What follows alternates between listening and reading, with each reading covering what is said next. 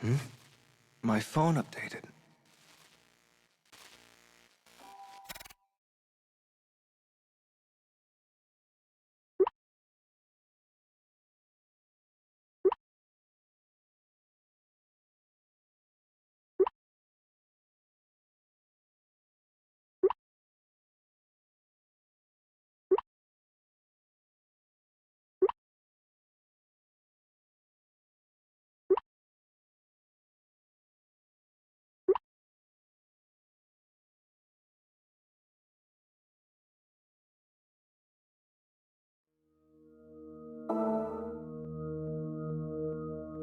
Look at those big metal gears. It don't get more masculine than that.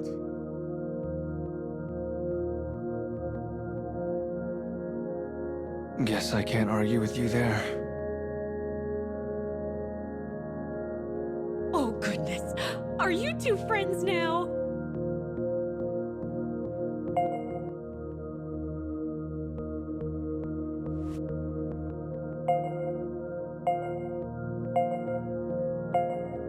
As if. Oh.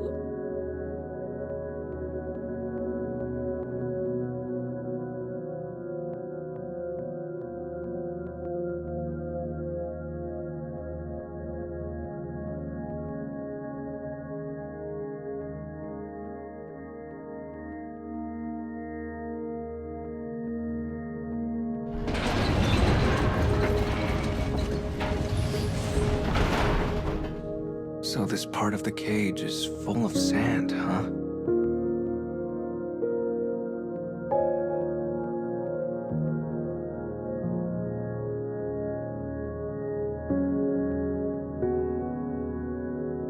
Dead end. I guess we activate this device now. Yeah, so I don't really remember what that does.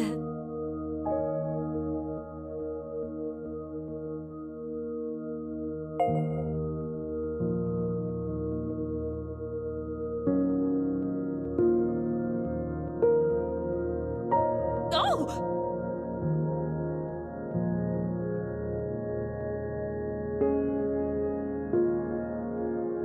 What a shocker! I totally forgot this floor moves. Hey, kid.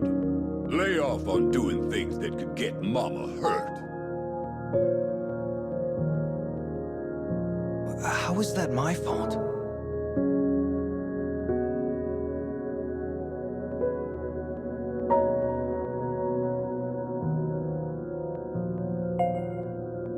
And here's the Dark Scarecrow! Let's get this puppy restored, shall we? This one looks different from the previous scarecrows. I wonder what sort of past is stored inside.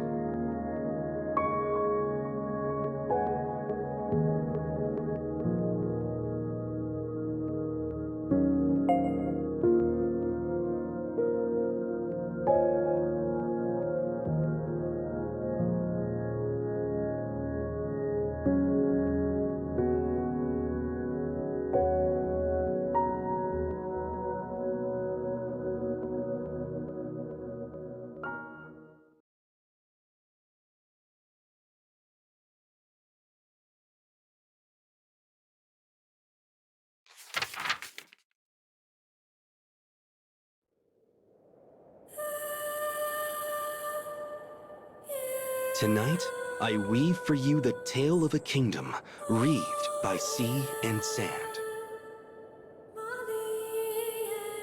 A tale of missed connections spanning many nights.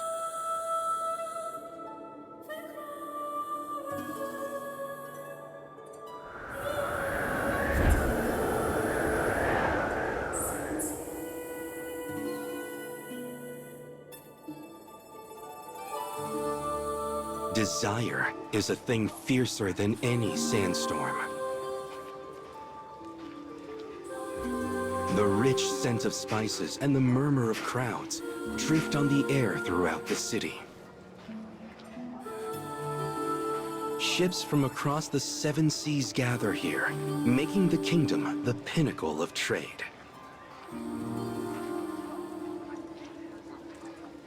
On this day, a sailor known far and wide for his shrewd mind arrives in the harbor.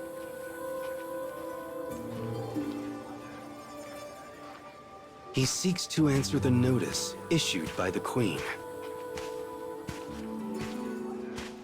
My beautiful princess no longer smiles. Any man who returns her joy may have her. Spurred by the challenge, the man quickens his pace. He dreams of the beautiful wife who awaits him in the lavish palace.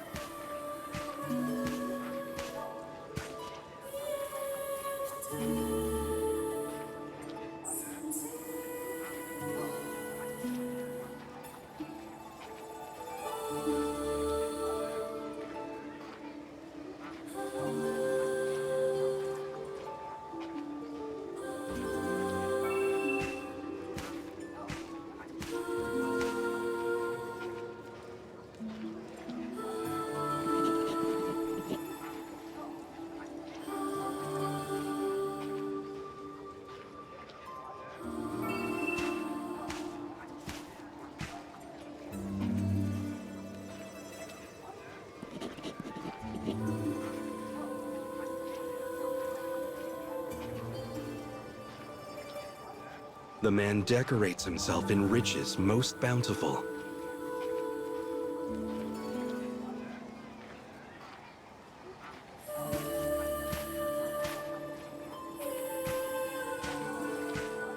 His confidence grows with each step he takes toward the palace.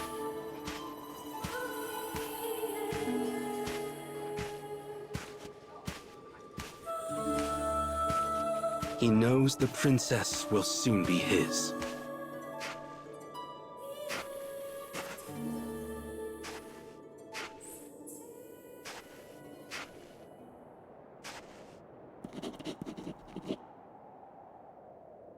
Suddenly, a ragged boy appears before him.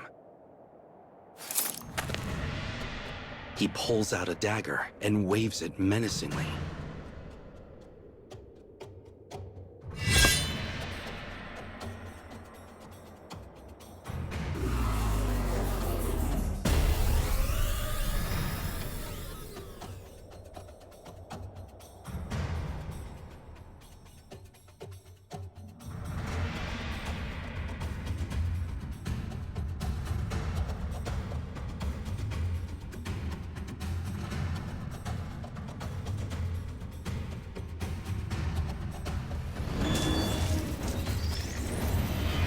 Run if you can.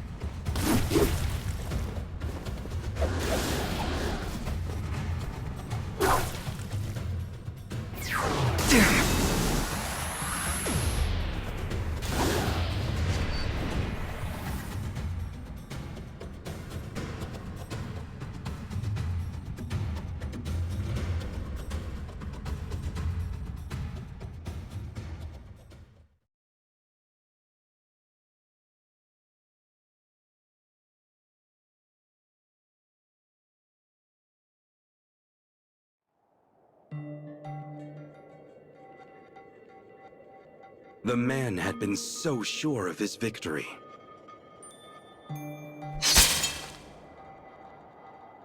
Yet there he lays, stripped of his fine belongings.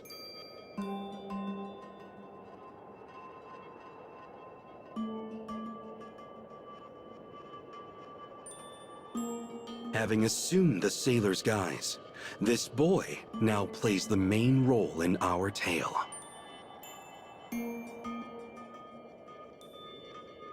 After briefly pitying the man, the boy leaves him behind and makes his way for the palace.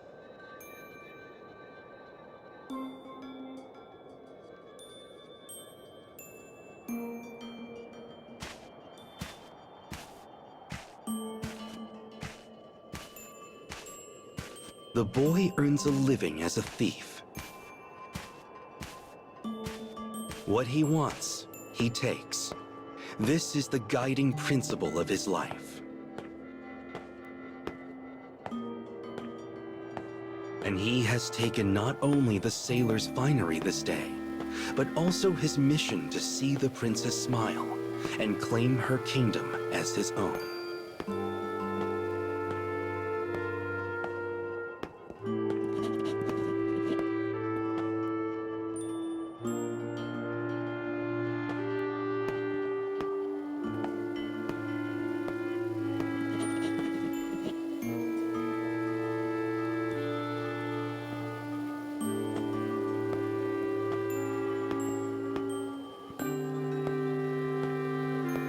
The bustling crowds of the city grow distant.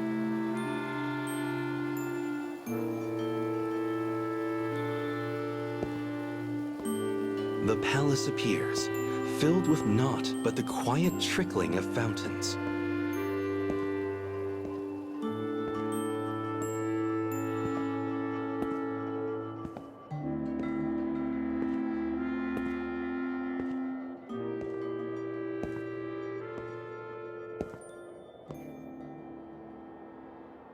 It is a most resplendent place, the nexus of all the kingdom's riches.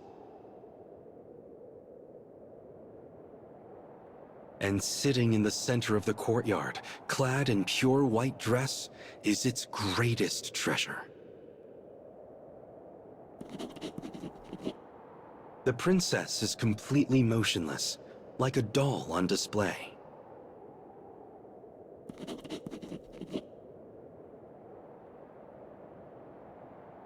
The thief ignores the queen. Instead, he begins to spin a nonsensical tale of adventure, one created in the moment.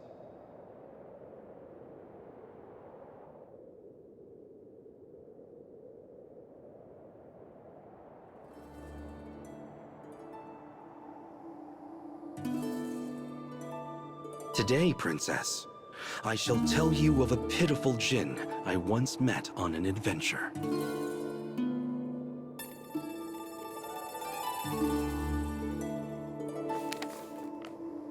The djinn had spent centuries in perfect stillness. He thought of nothing but freedom, thought so hard on it, in fact, that his beard turned to stone.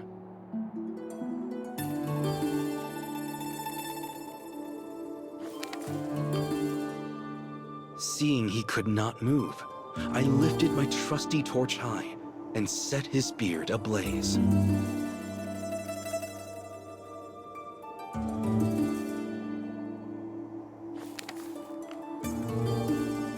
In his delight, he scooped me up in his arms, and we soared to freedom together.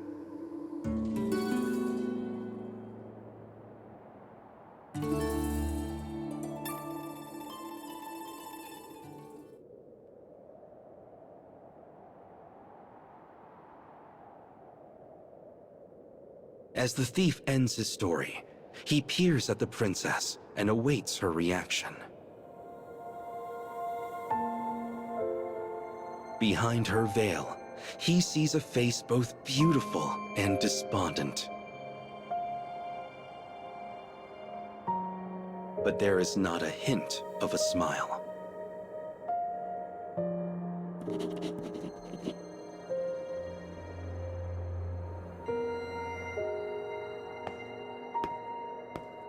As her guards move to surround him, The thief speaks to her.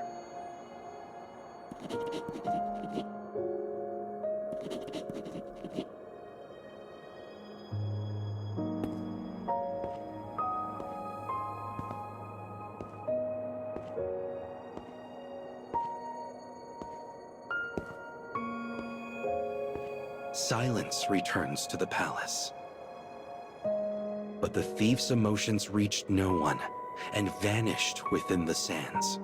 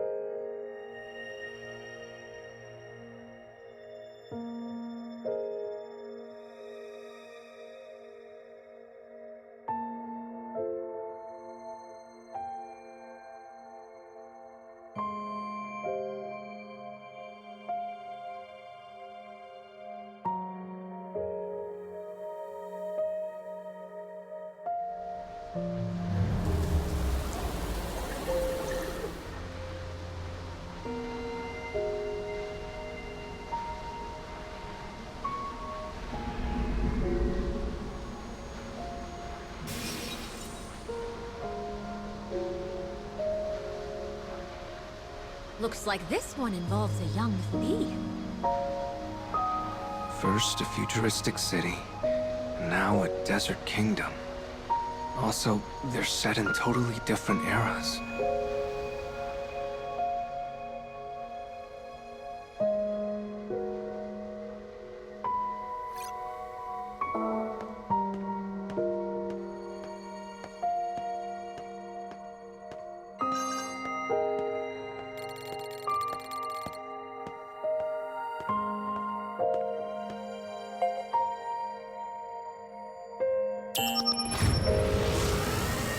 I need to repair the past and secure Luna fragments. That's right. Just keep it up.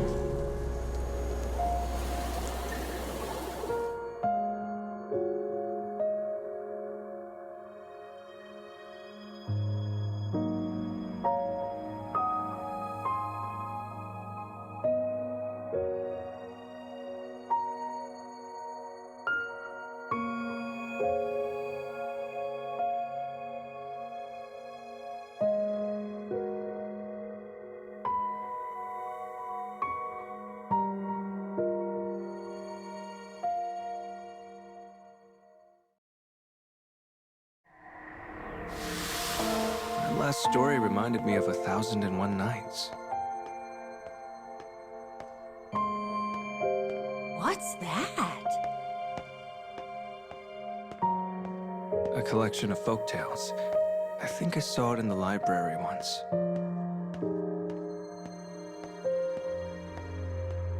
Read it to me for bedtime, Mumsy. Yeah, they're not really stories for babies.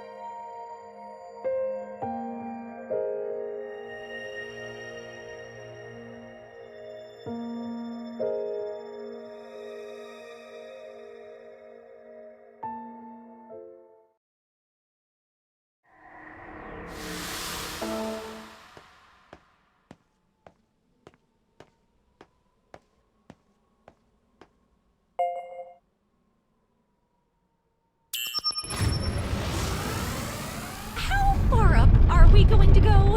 I don't exactly love heights.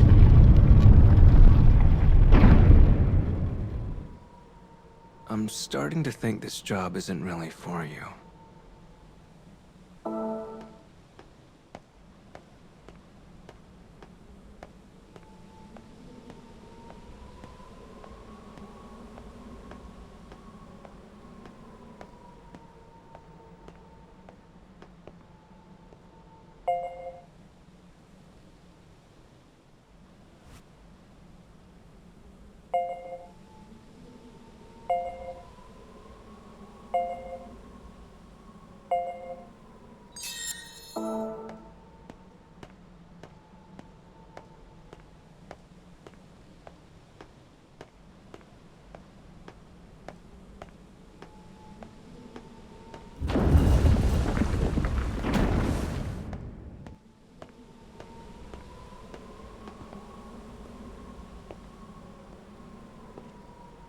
Don't be so selfish. The bird is talking? I hate you, sis. Hey, where are you going?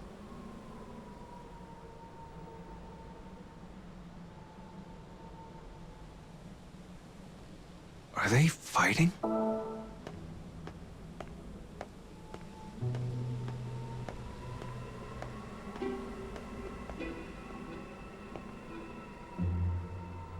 Who are you people? Oh, no need to be scared, little one. We won't hurt you.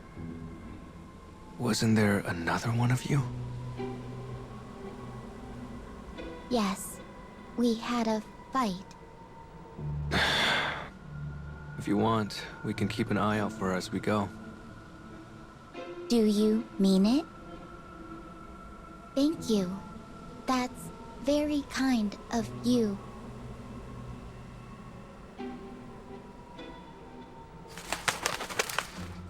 Well, hey! You're such a nice boy, you. Yeah, you're not so bad, kid.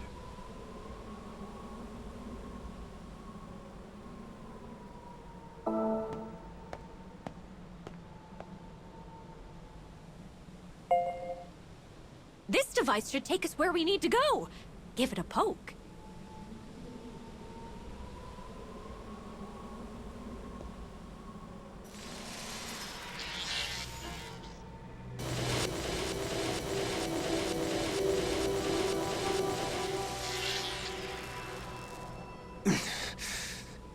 My head.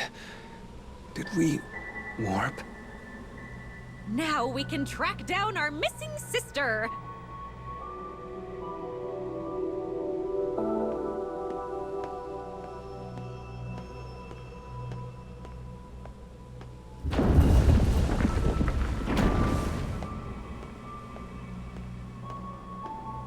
What are skyscrapers doing here?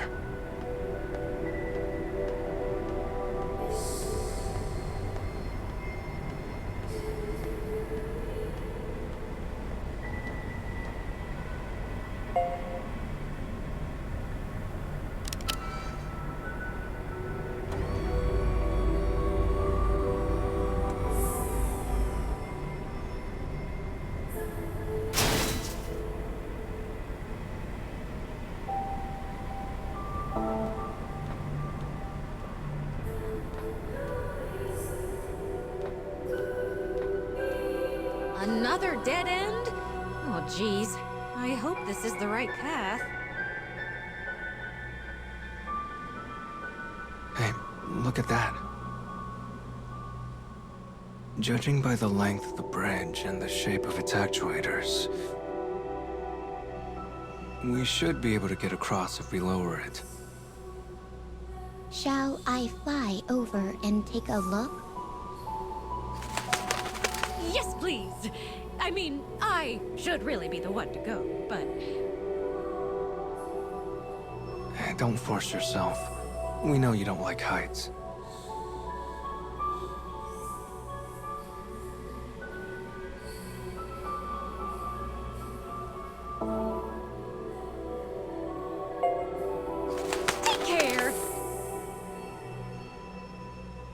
Don't worry.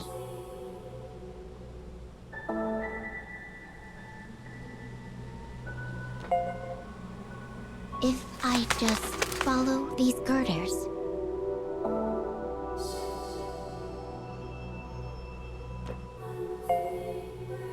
Huh?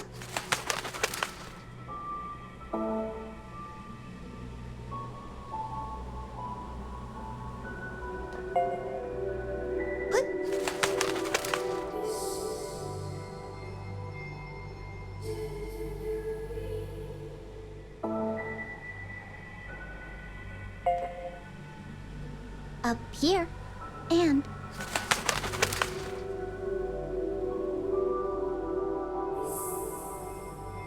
there's a lever here.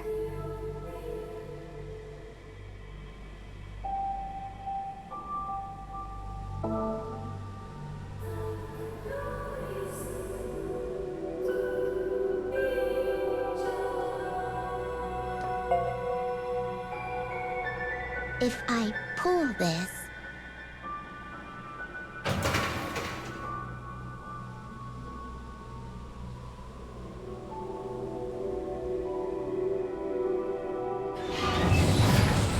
it won't.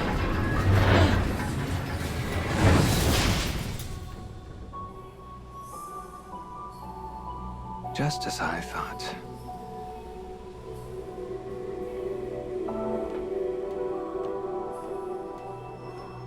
This looks like a construction site. Is someone expanding the cage?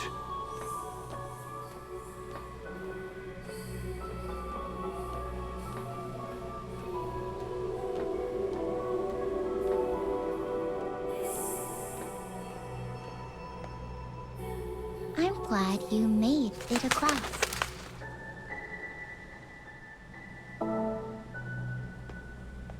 Thanks for the help.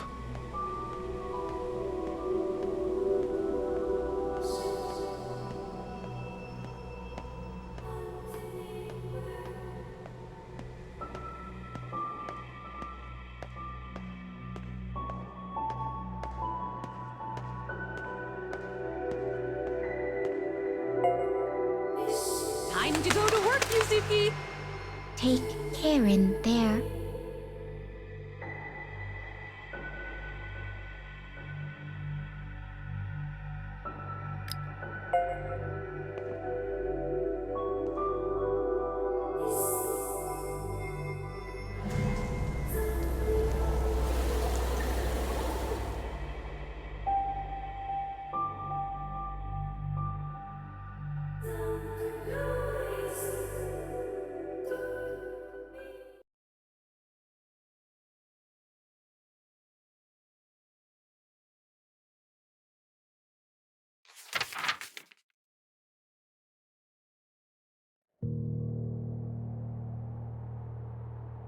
How many times has the sun risen and fallen since Thief and Princess first met? How many times has he ventured into the palace to spin for her another tale of his exploits?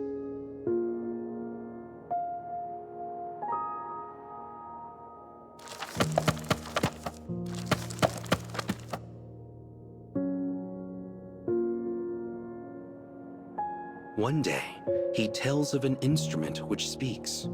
Another day, a spring of gold within a jar. But no matter the tale, and no matter how skillful the telling, the princess never smiles.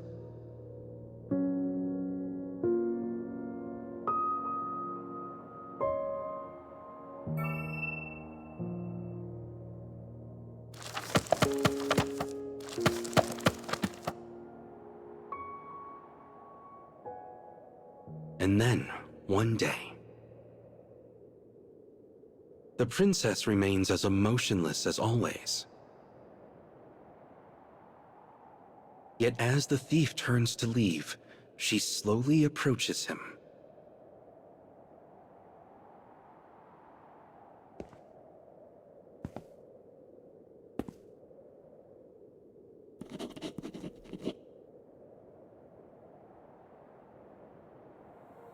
Her voice is delicate silk, her words hesitant.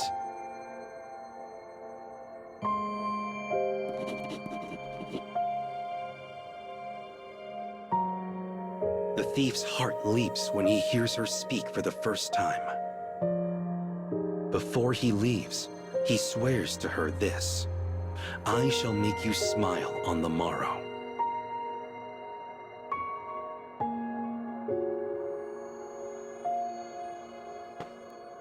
His first visit to the palace had been for devilish reasons. But after many days and nights, he now finds himself genuinely wishing to see the princess smile.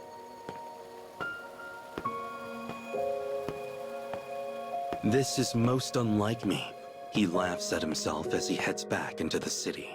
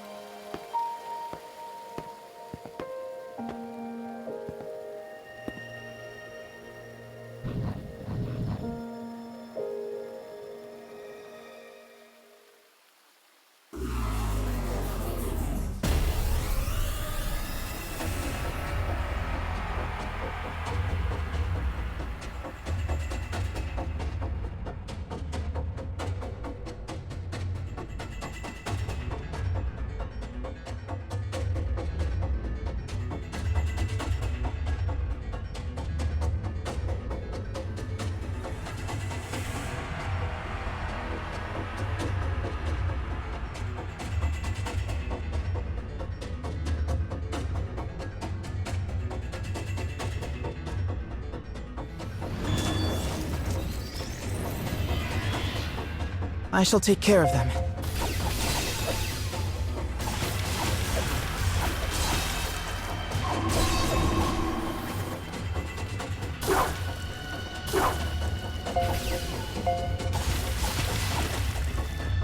Power to kill our enemies.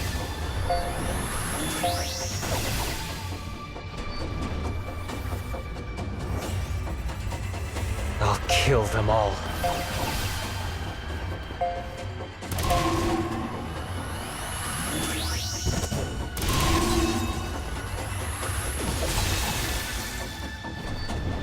Well,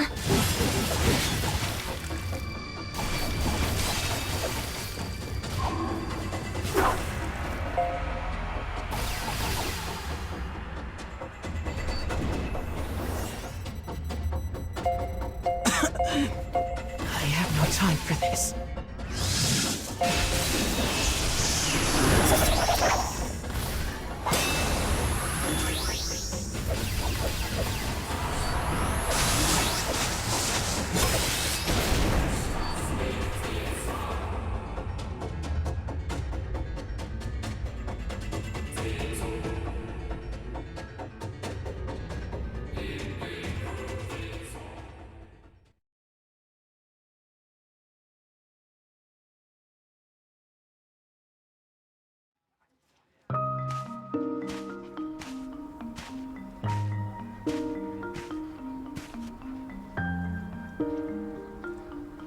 After leaving the palace, he steals an apple from the market to fill his empty stomach.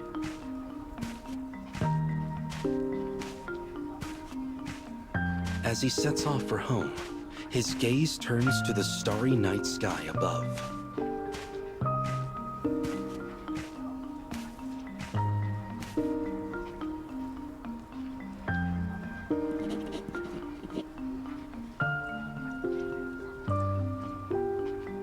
When he reaches a puddle, he halts and stares at the reflection of the majesty above him.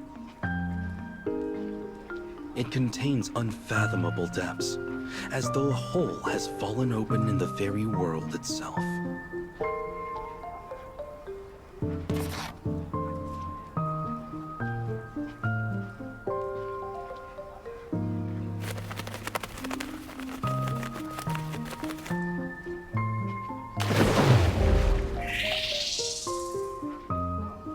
Though disturbed by the vanished puddle, The thief walks on.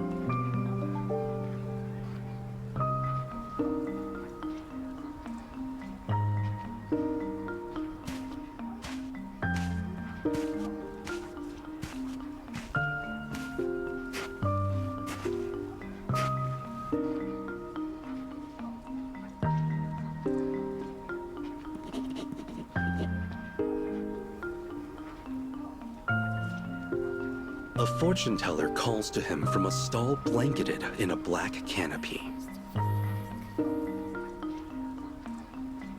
She is dressed in a mystical manner, almost as if clad in night itself.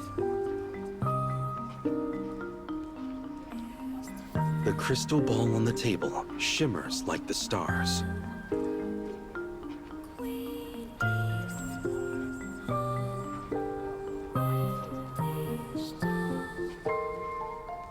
As she raises her hands to the orb, a look of concern settles over her face. Death awaits if you continue to see the princess.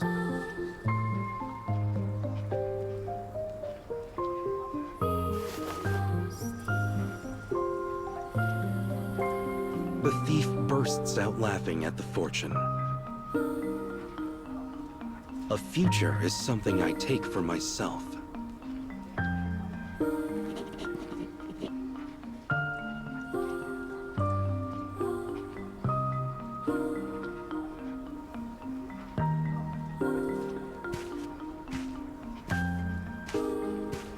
He is a thief.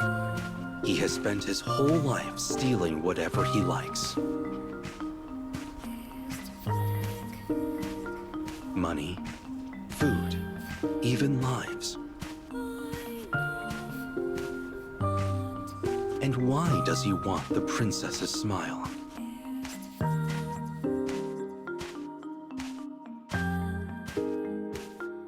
Because a future was once stolen from him.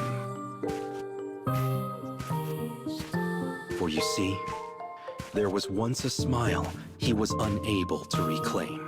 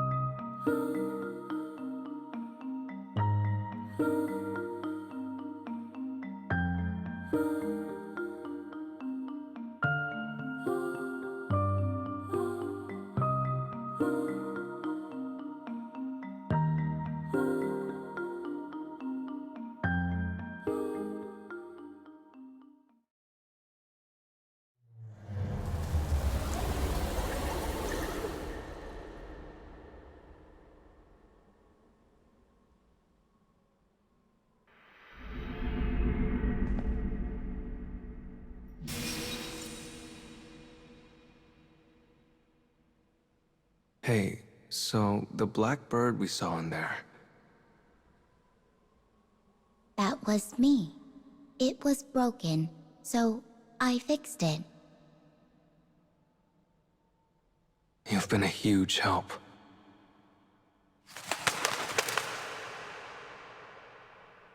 That part about him dying if he keeps seeing the princess sounds an awful lot like a curse.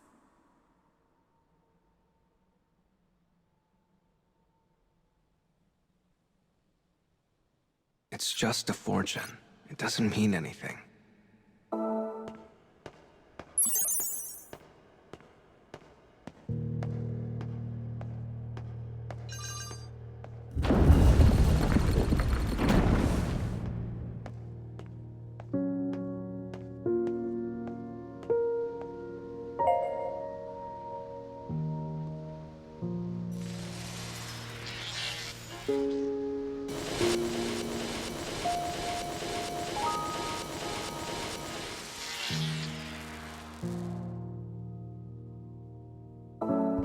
Are you worried about your sister? Of course. Worrying is what big sisters do.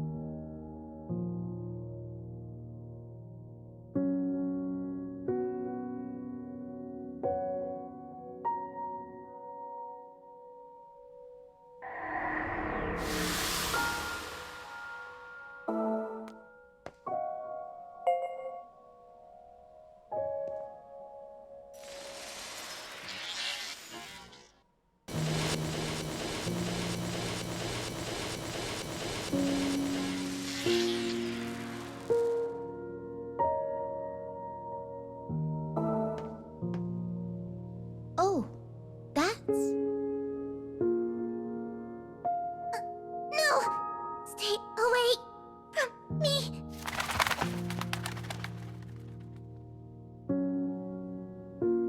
Hurry, before we lose sight of her!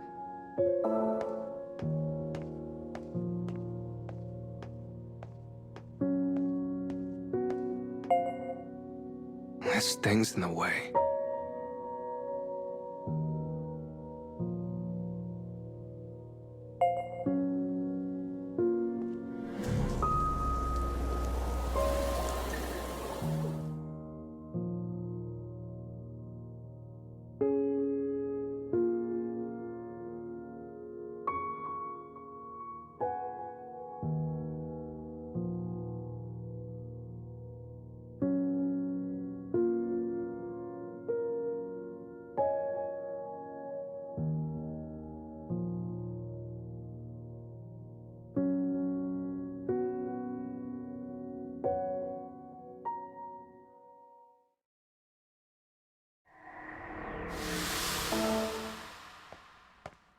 Why is she running away?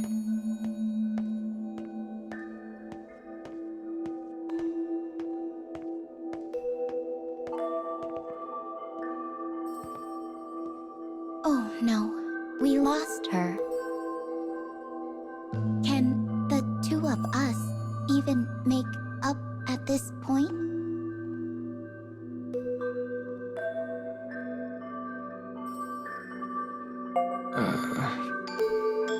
You'll be fine. Your family, after all. You're right. Thank you. Hey, stop flapping on me. You don't look too bothered by it, kid.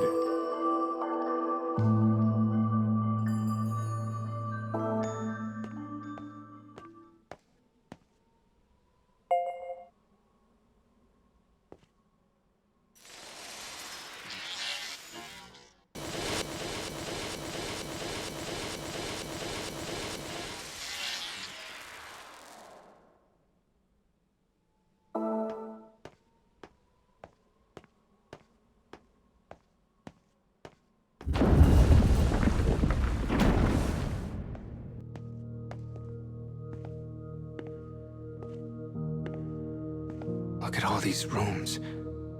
Are there other people in the cage?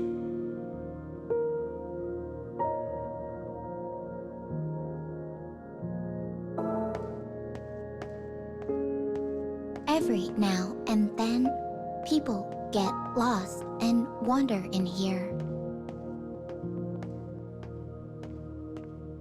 Then they try to dispose of us. That's horrible.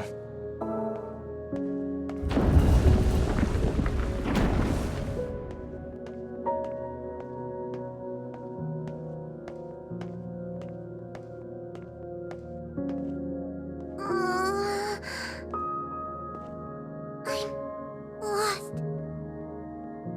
There you are. I'm sorry I ran away, sis. And I'm sorry I ate your snacks. It's okay. Everything's okay now. All's well that ends well, I guess. I found her. Thank you so much. Yeah, no more fighting, okay? Okay. Farewell.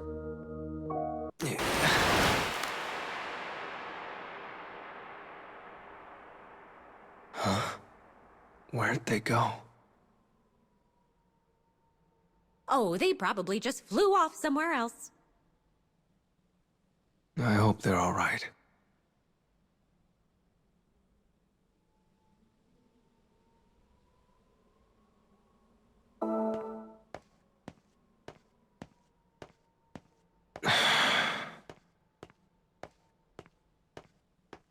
What you thinking about? When I was a kid, my sister and I used to fight over the stupidest stuff. And I feel like most of it was because of me. those nice memories?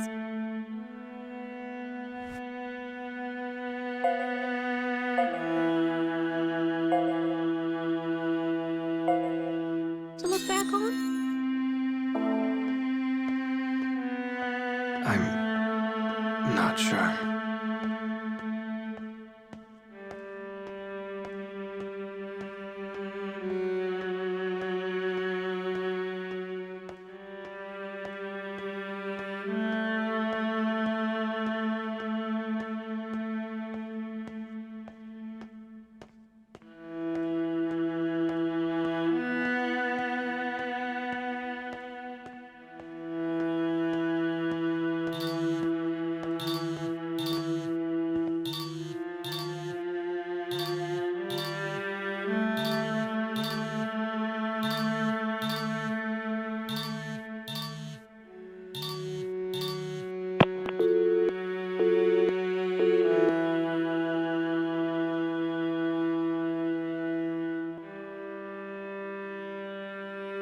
That call just now.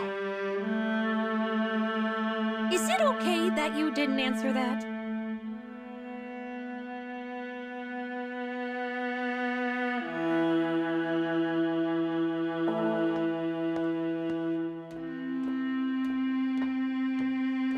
It can't be.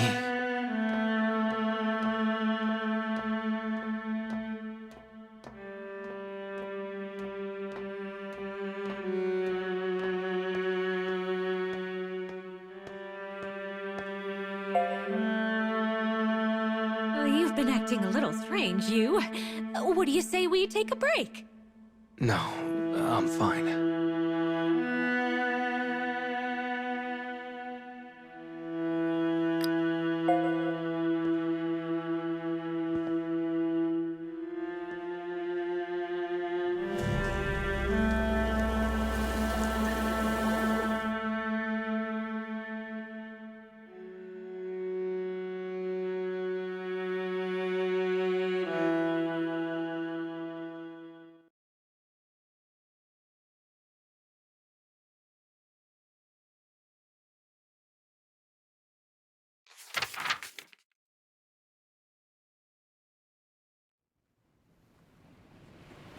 This is a tale of when the boy thief did not yet know his way of life.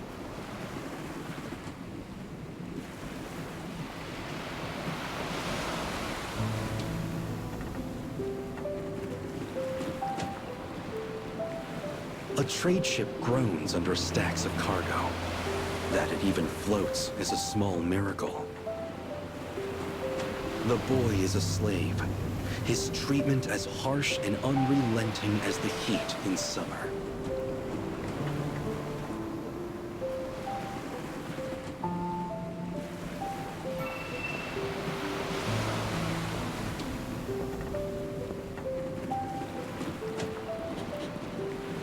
Seeing no end to his misery, he thinks himself unlucky to have ever drawn breath.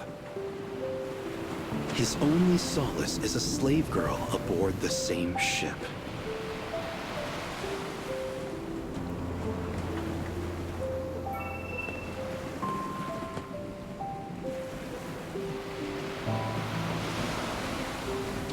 Old books lie scattered across the deck. The girl had read to him the adventures in their pages, granting him courage.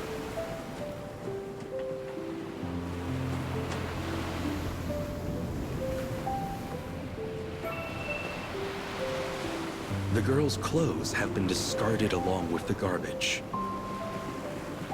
Her smile holds the power to part the darkest clouds. It has pulled the boy free from his despair uncountable times.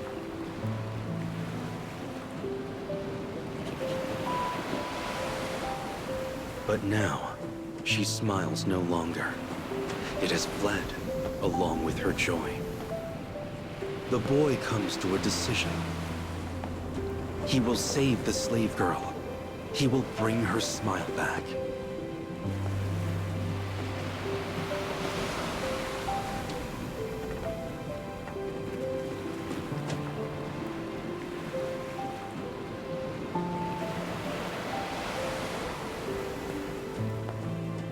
The ship drifts on the wind from one continent to the next.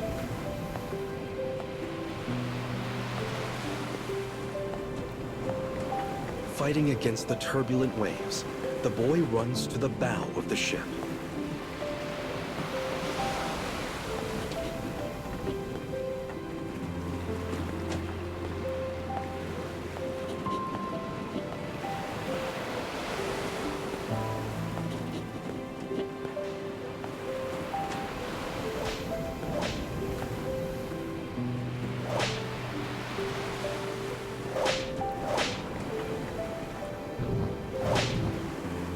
This man does not think of his slaves as people, and his treatment is both cruel and unjust. He is the reason she no longer smiles.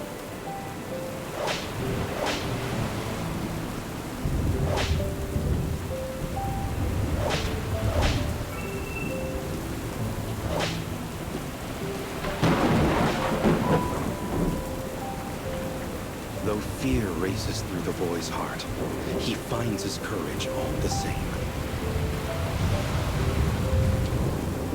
The captain mocks the boy with a grin.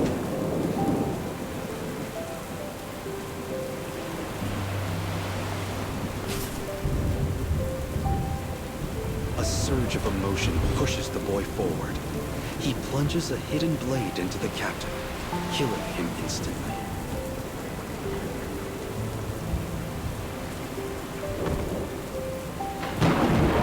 Does not know a life outside of slavery. It is his world, his all, his everything. But he has done this to protect the girl's smile.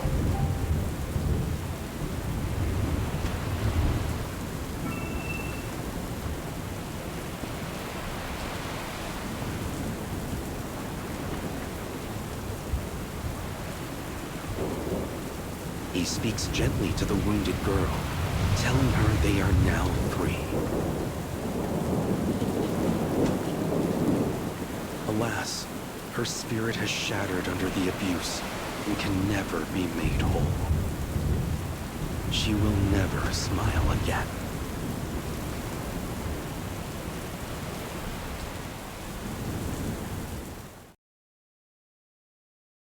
The boy learns an important lesson that day. What is stolen can never be reclaimed.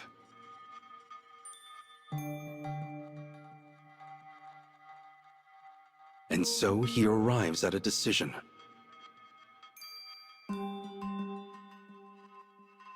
He will join the side of the takers, so nothing can ever be stolen from him again.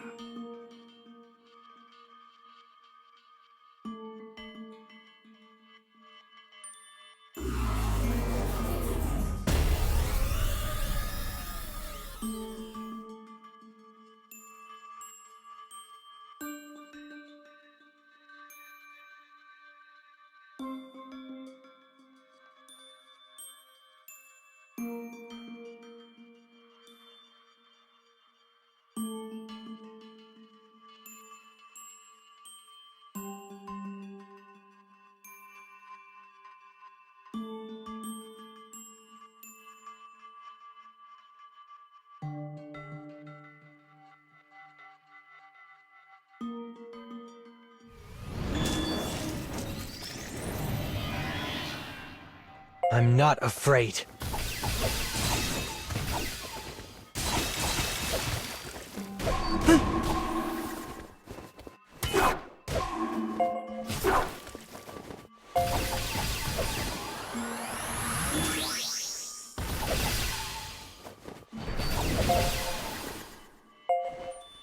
That helps.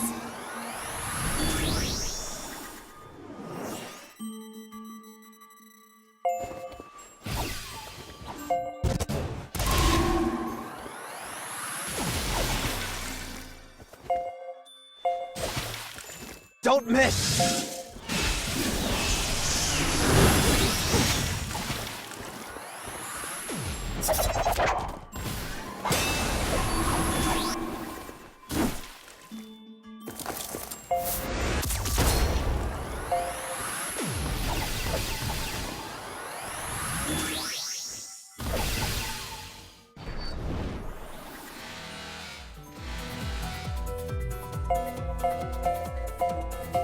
Move.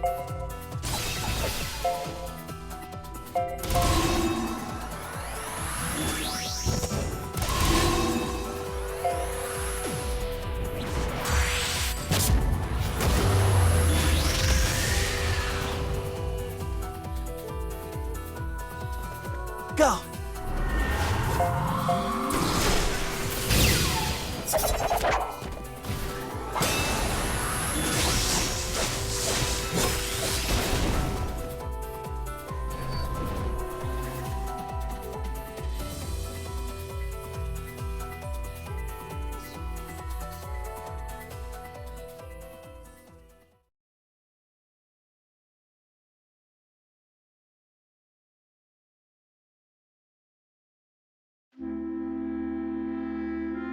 The princess in the palace reminds the thief so much of the girl.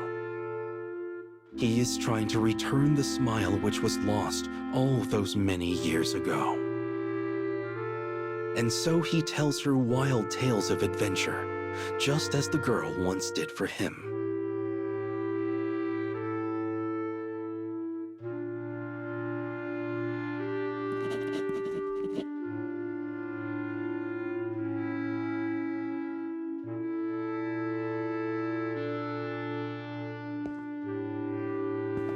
When he finally finishes his tale, the princess approaches him.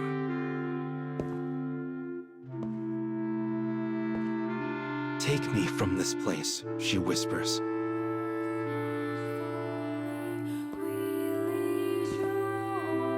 "I will," he says, "tonight."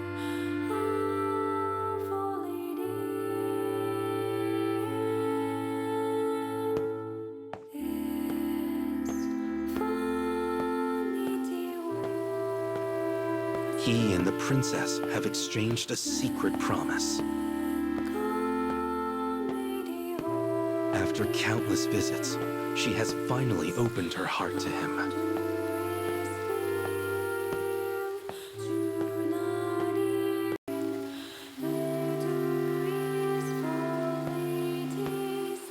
Can he return her smile?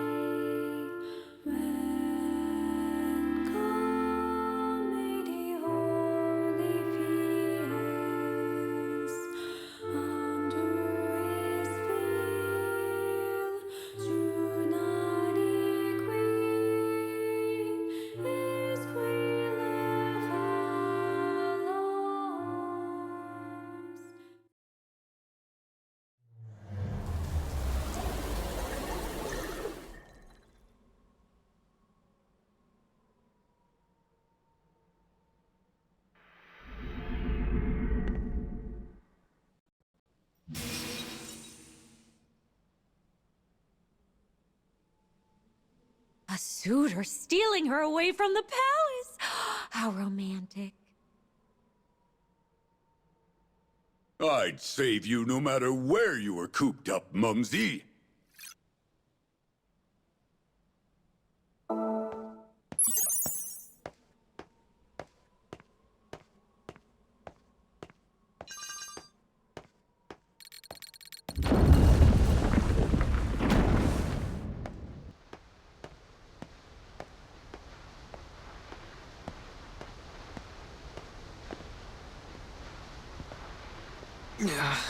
Not again.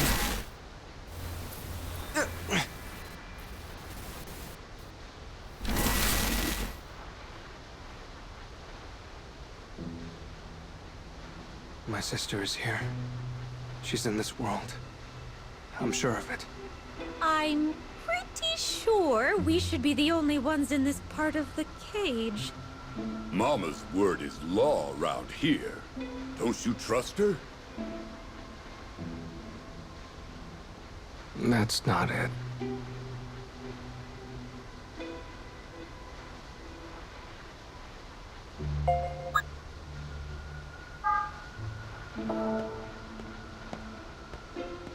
Oh, poor you. You must really miss your sister. Well, sure I do. I need to see her again.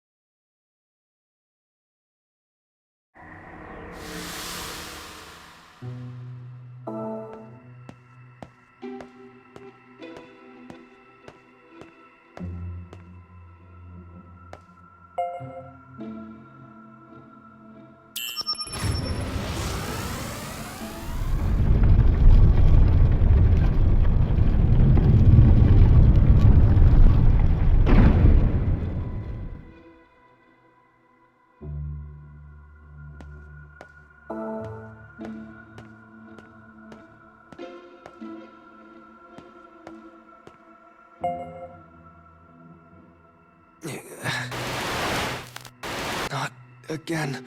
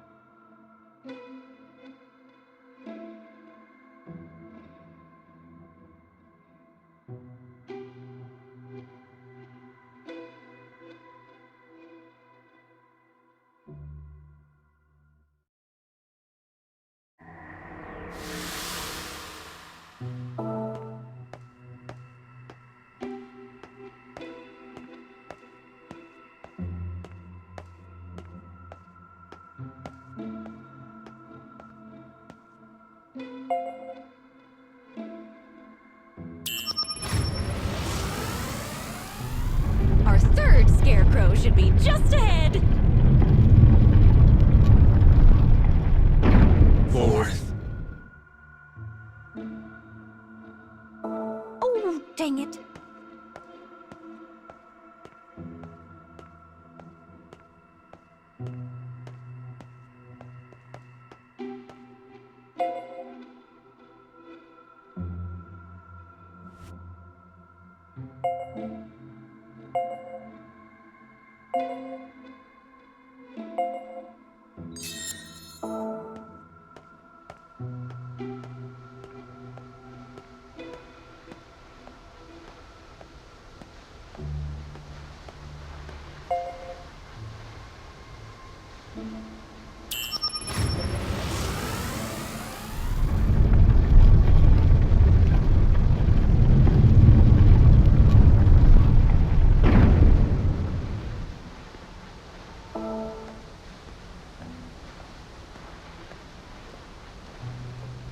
I need to get a picture of this.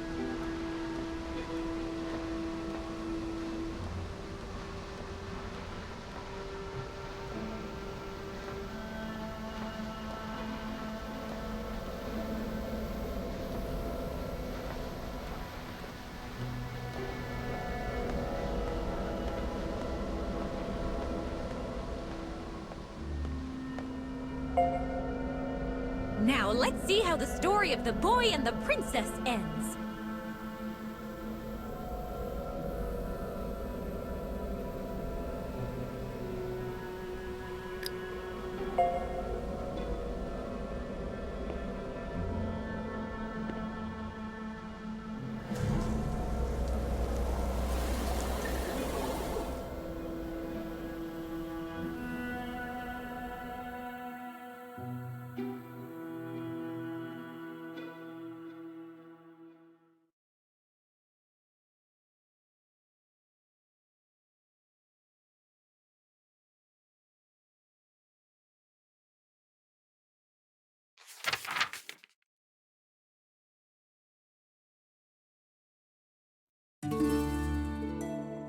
A secret garden lies deep in this land of luxury.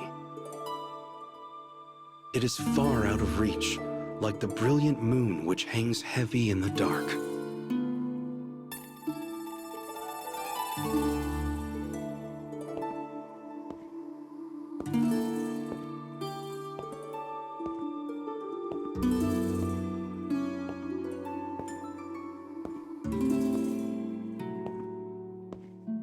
Or it should be. But this night, the thief has snuck through the garden and toward the princess's room.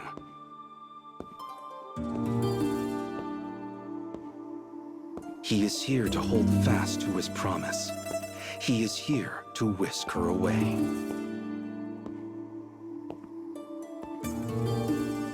As the princess awaits her salvation, he pulls her into a tight embrace.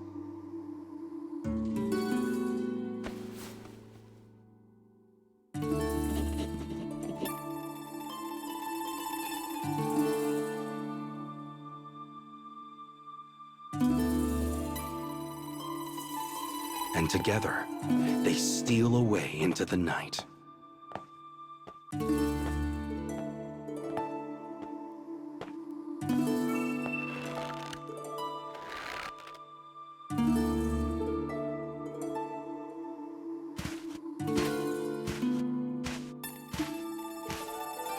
The pair run through the darkness of the midnight city. The warm lights of the palace are small and distant things.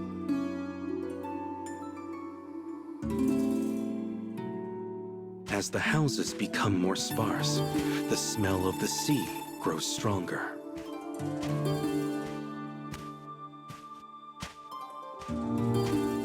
Hope blossoms in the thief's heart as he feels the princess breathe. He forges onward so they might leave this kingdom and find her smile anew.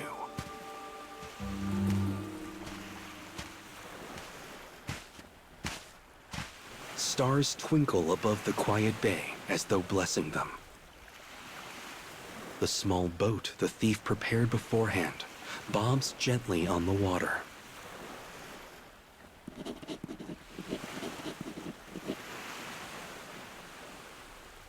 The thief does as his heart bids him. He says, "Because I wish to see you smile."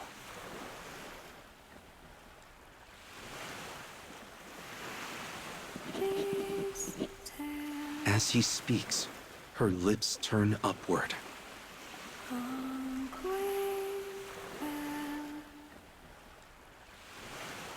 The moonlight illuminating her white veil makes it difficult to see her face. But he knows he has found her smile at last.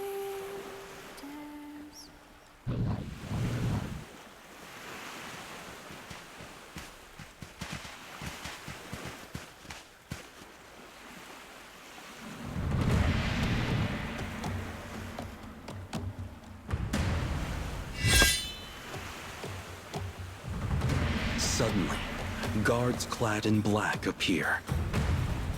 The thief produces his blade. He will not permit them to interfere with their voyage.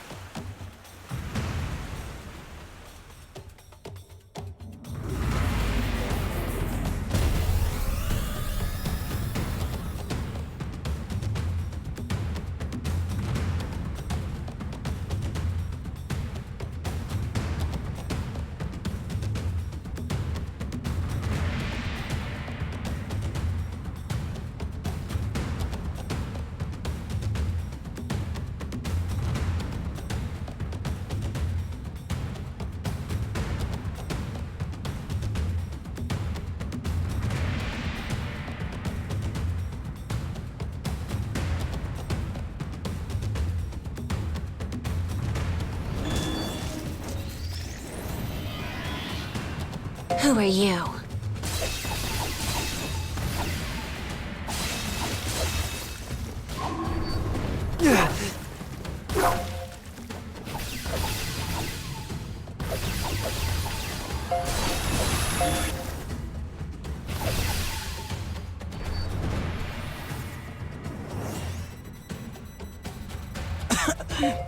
I have no time for this.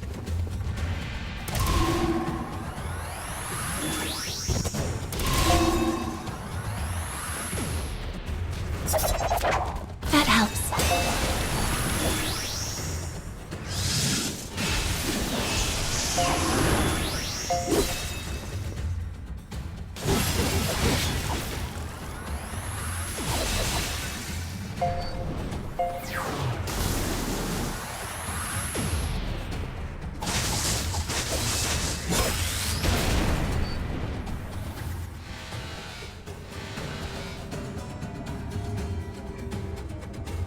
I'll kill them all.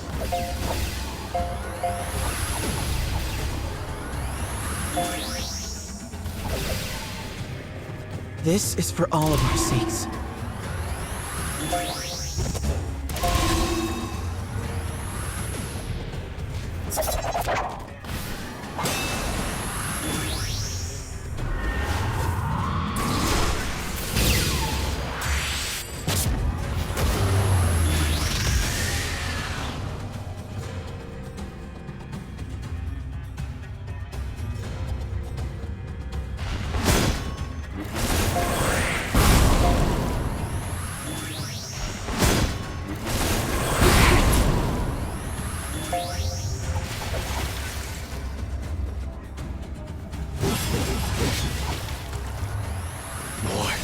More!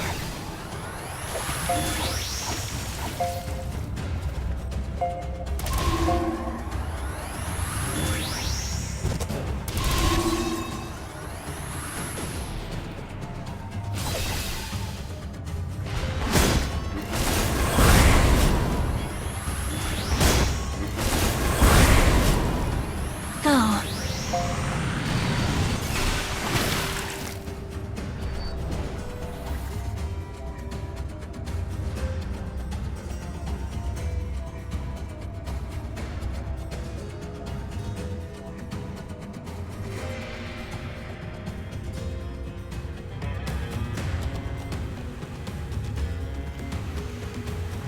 The poison coating the enemy weapons attempts to steal his consciousness. His body collects wound after wound as he cuts down the guards.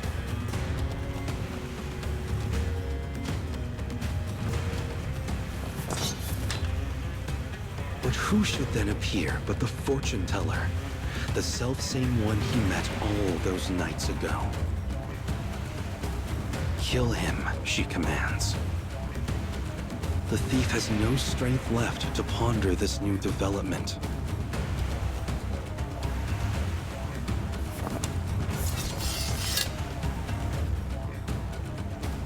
I will not permit any to steal her smile, he cries in a hoarse and raspy voice.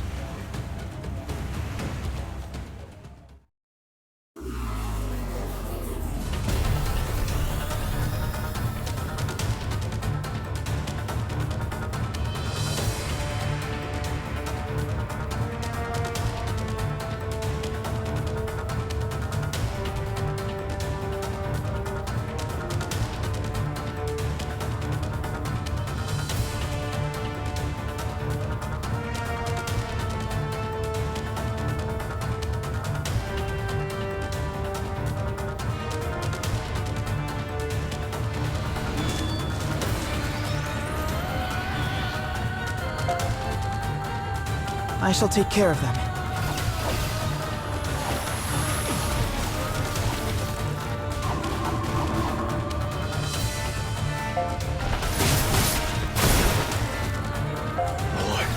More!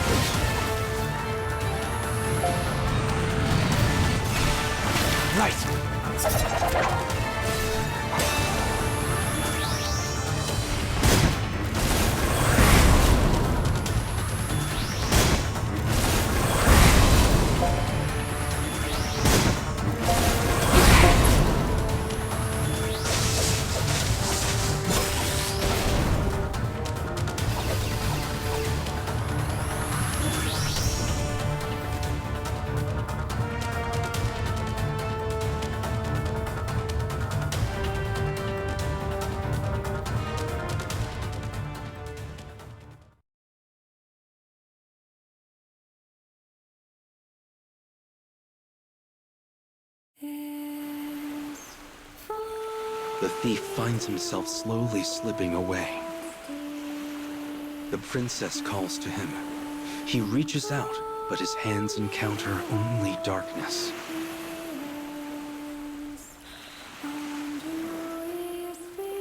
His mind still cloudy, the thief's eyes peel open. The water is calm, reflecting the glow of sunrise in its perfect mirror. The thief looks around, wondering if he has finally obtained freedom with the princess.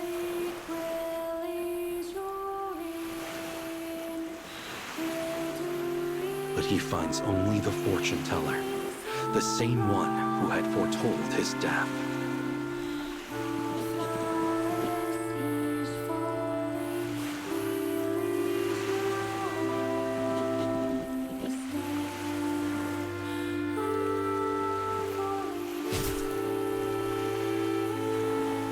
He is still unable to grasp what is happening, even as she thrusts her spear through him.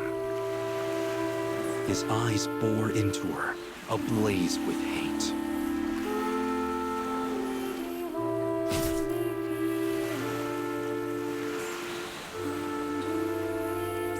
Her laughter intermingles with the sound of waves.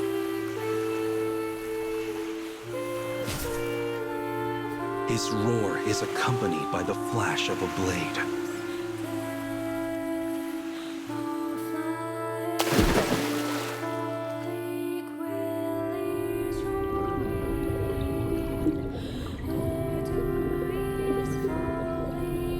Entangled like lovers, they vanish into the depths. Was I able to return her smile? The fortune teller's laugh envelops the thief's entire being. It covers his thoughts in darkness until the end.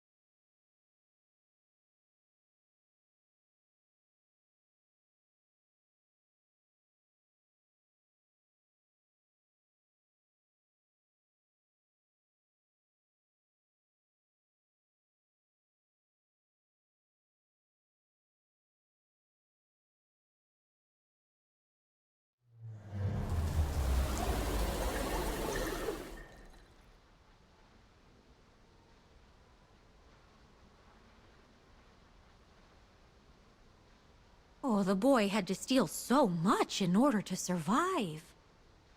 But when one thing is taken, another is lost. That is the fate people must endure. And even if we understand that, people keep taking things from others. Well, let's save the difficult conversation for later, because right now, it's payday!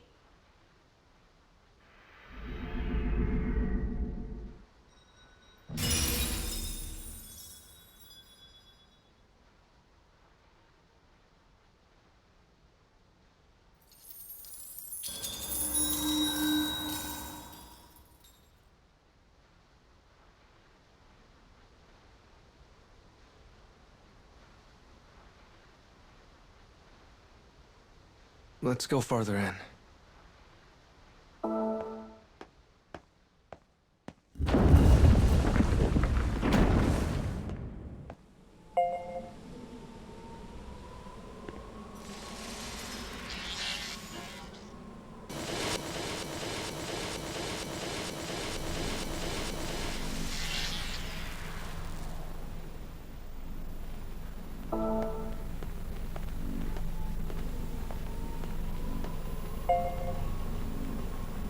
I knew it.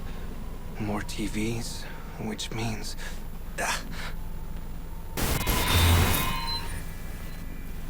If you wish to change the past, you must be ready to lose something in exchange.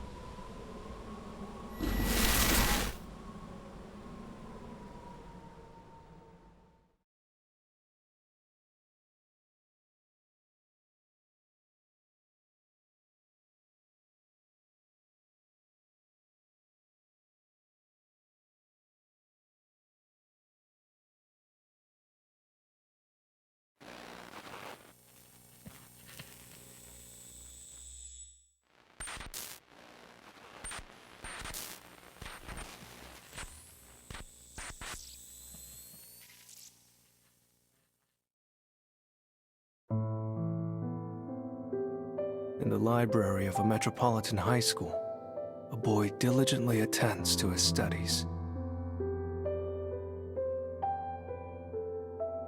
When he visits his mother in the hospital, he remains quiet, speaking only when necessary. She is bedridden as a result of her husband's abuse. The boy has devoted his life to becoming a doctor, so he might save his beloved mother's life.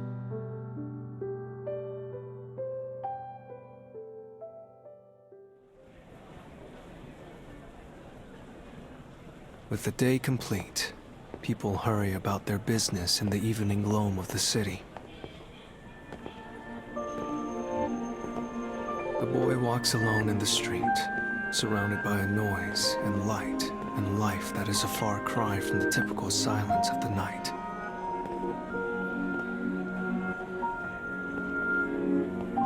After studying at a cafe, he heads for work.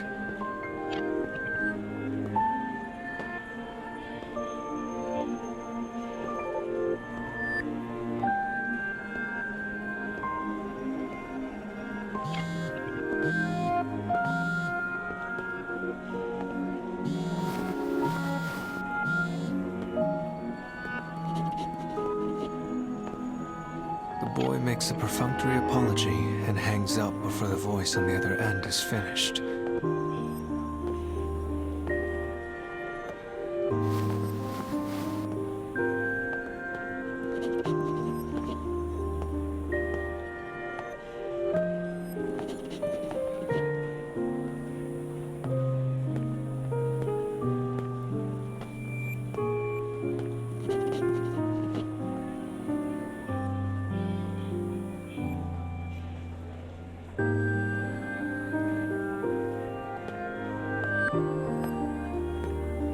A familiar loathing for society passes across his features as he jogs down the street.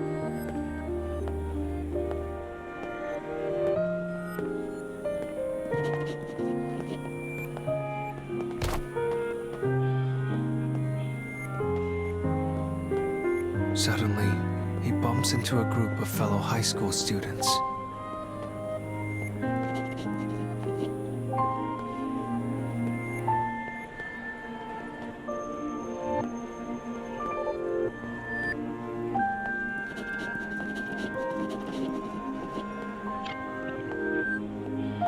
chatter and squeak like startled insects, organisms barely worthy of the miracle of life. Deeming the interaction not worth his time, he mutters his second false apology of the evening before hurrying from the scene.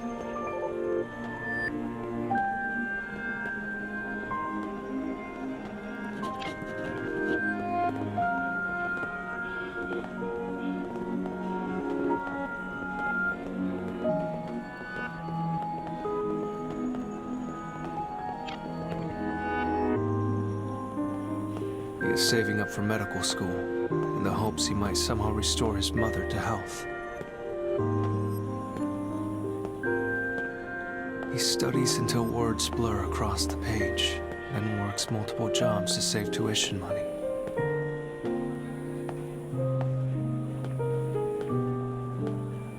Fatigue is a constant companion, joy an enemy. His life, his seemingly endless life, is nothing but stress.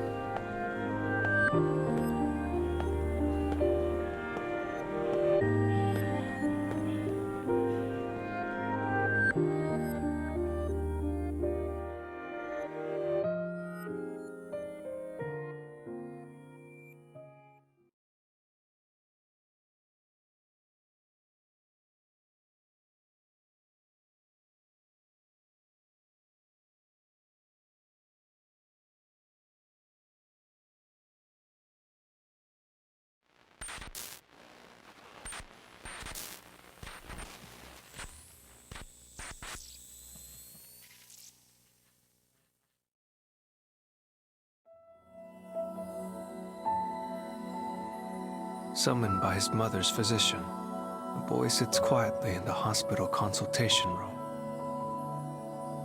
The man opposite slowly begins to speak.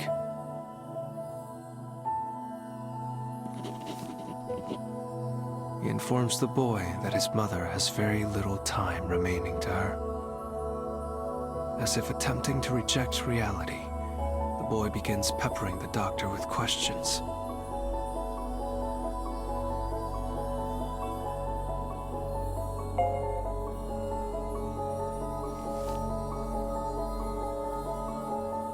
The doctor explains that his mother's congenital heart condition is worsening by the day.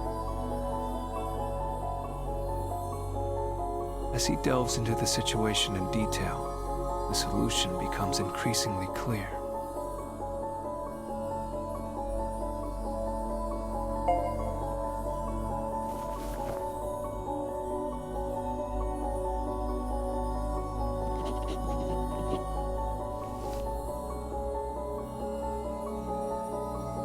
His mother will need a heart transplant. It is the only thing that might save her. Yet there are many hurdles to overcome, including finding a donor and paying for the procedure.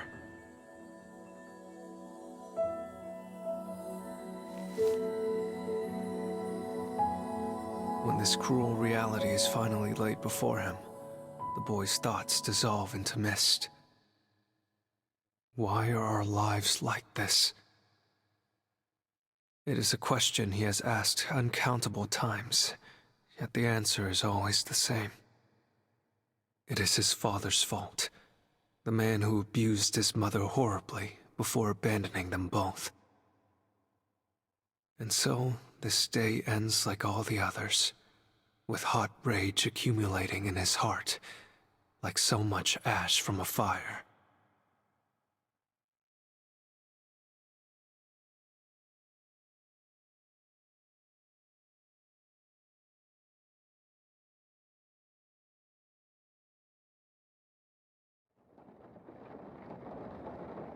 The beeping of the cardiograph serves as proof that his mother yet lives.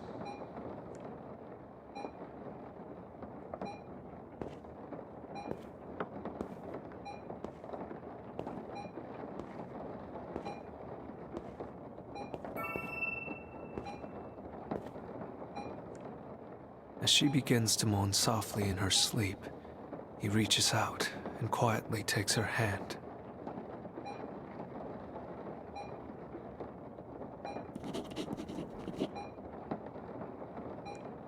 At this moment, he notices something. His own heart is beating in time with his mother's cardiograph.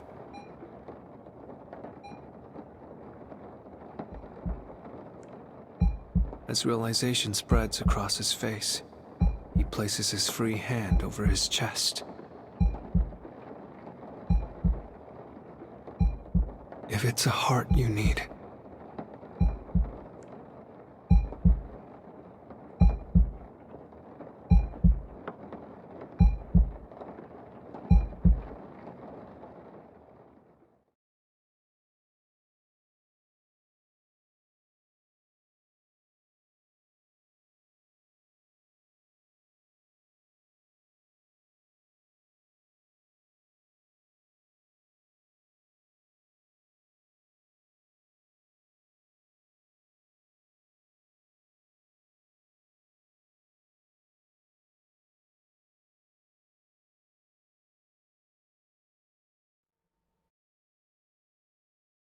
it's her fault. It's all her fault.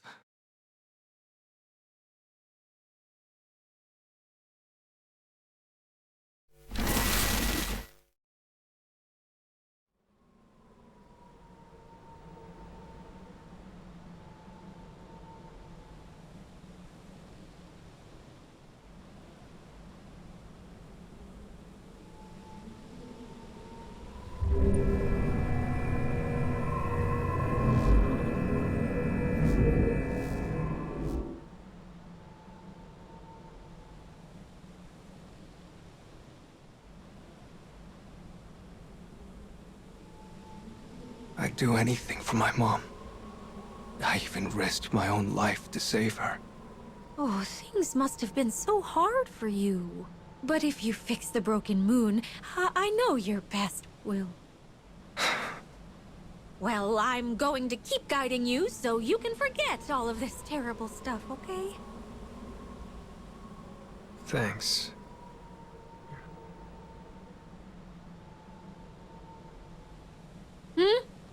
Did you say something? No, nothing.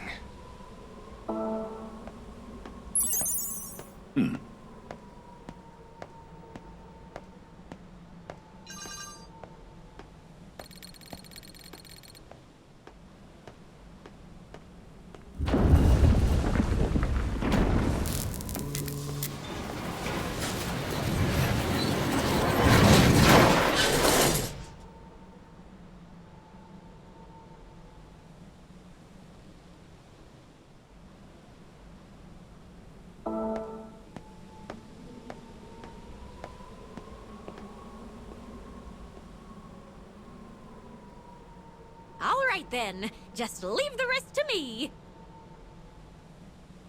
I'm counting on you. Just a bit, though.